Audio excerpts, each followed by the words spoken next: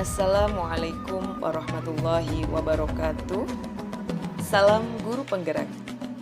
Pada kesempatan kali ini, saya Anisatul Maghfirah, calon guru penggerak angkatan 6 dari Kabupaten Kebumen, akan memaparkan kesimpulan dan refleksi pemikiran Ki Hajar Dewantoro pada tugas koneksi antar materi, kesimpulan dan refleksi modul 1.1. Saya akan merefleksi diri saya melalui 3 pertanyaan berikut ini. Yang pertama, apa yang saya percaya tentang murid dan pembelajaran di kelas sebelum saya mempelajari modul 1.1? Yang kedua, apa yang berubah dari pemikiran atau perilaku saya setelah mempelajari modul ini? Dan yang ketiga, apa yang dapat segera saya terapkan lebih baik agar kelas saya mencerminkan pemikiran Ki Hajar Dewantoro. Yang saya percaya tentang murid dan pembelajaran di kelas sebelum saya mempelajari modul 1.1 ini, bahwa guru mendominasi pembelajaran. Jadi, saya masih banyak menggunakan metode ceramah dalam kegiatan pembelajaran, belum berorientasi kepada student center. Kemudian, pembelajaran fokus pada tercapainya materi dan KKM. Jadi, masih mengutamakan aspek kognitif. Padahal, dalam belajar itu tidak hanya mengutamakan aspek kognitif saja, tetapi juga dengan aspek-aspek yang lain. Selanjutnya, guru kurang memahami karakteristik murid. Dalam pembelajaran yang saya lakukan, saya masih menganggap semua peserta didik adalah sama. Padahal pada dasarnya anak itu membawa karakteristik yang berbeda-beda. Yang keempat, murid pasif dan motivasi belajar rendah. Saya amati ketika saya menyampaikan dan menjelaskan materi pembelajaran, banyak dari peserta didik yang kurang memperhatikan apa yang saya sampaikan, sehingga motivasi belajar mereka itu rendah. Dan ketika diberi kesempatan untuk bertanya, mereka enggan untuk bertanya, dan sebaliknya ketika saya memberikan pertanyaan, mereka banyak yang tidak bisa menjawab karena tidak memperhatikan saat pembelajaran. Dan yang terakhir, yang menjadi fokus utama saya ketika pembelajaran berlangsung adalah suasana kelas yang tertib, tenang, dan anak-anak memahami materi apa yang saya sampaikan. Berikut gambar kegiatan KBM sebelum saya mempelajari modul 1.1 ini, di mana terlihat bahwa murid duduk tenang dan mendengarkan guru dalam menyampaikan pembelajaran dengan metode ceramah. Setelah saya mempelajari modul 1.1 ini, yang berubah dari pemikiran atau perilaku saya, yaitu merubah pemikiran bahwa guru bukan merupakan satu-satunya sumber belajar. Apapun yang ada di sekitar kita dapat digunakan sebagai sumber belajar. Anak bebas menentukan sumber belajar mana yang akan digunakan dalam belajar. Tugas guru adalah menuntun, mengarahkan mana yang baik dan mana yang buruk. Kemudian yang kedua, pembelajaran berpusat pada anak. Dengan pembelajaran yang memusatkan kepada anak, maka anak akan terlibat lebih aktif dalam setiap kegiatan pembelajaran, sehingga anak dapat mengkonstruksi pengetahuan yang dimilikinya. Kemudian yang ketiga, saya lebih menghargai setiap karakteristik belajar anak.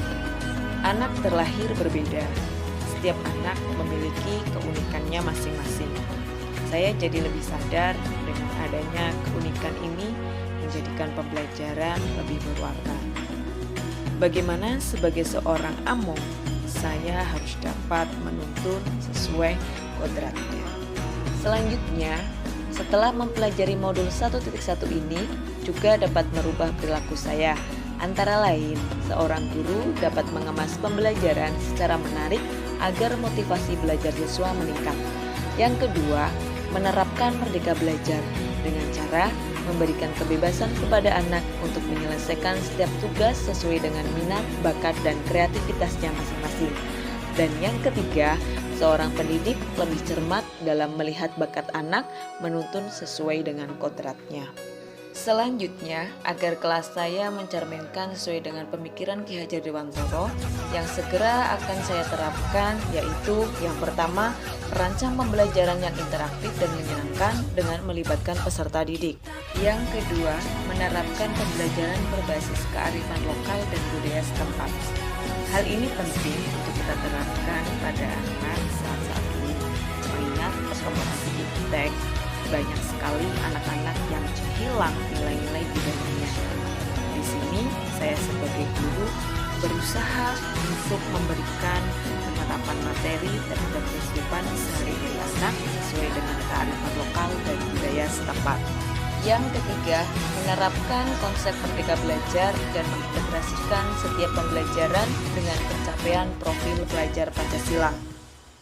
Konsep merdeka belajar mengajarkan kepada kita bagaimana seorang pendidik dapat memberikan kebebasan kepada anak untuk dapat bereksplorasi atas pengetahuannya agar mereka mampu menghasilkan ide-ide kreatif dan inovatif dari mereka. Yang keempat, pembelajaran yang mengutamakan aspek budi pekerti. Pembiasaan-pembiasaan baik akan selalu saya teladankan kepada siswa tentang bagaimana mereka bersikap agar menjadi pribadi yang lebih baik. Selanjutnya, yang kelima, kita berperan sebagai among, di mana dalam penerapannya di kelas, kita tidak lagi menuntut, tetapi menuntun. Sesuai dengan pemikiran Ki Hajar Dewantara, kita menerapkan pola asih, asuh, dan asah. Yang terakhir, pembelajaran yang sesuai dengan kodrat alam dan zaman.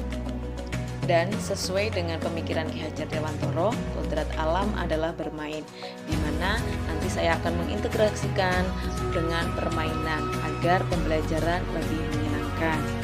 Kesimpulan yang dapat saya sampaikan yaitu dasar-dasar pemikiran Ki Hajar Dewantara harus segera kita terapkan dalam proses pembelajaran baik di kelas maupun di sekolah. Antara lain, pendidikan adalah menuntun anak sesuai dengan minat dan bakatnya.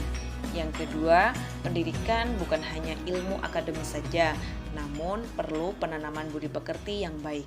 Dan yang terakhir, pendidikan sejatinya adalah berhamba pada sang anak. Demikian yang dapat saya sampaikan pada koneksi antar materi, kesimpulan dan refleksi pemikiran Ki Hajar Dewantara. Mohon maaf jika ada salah-salah kata.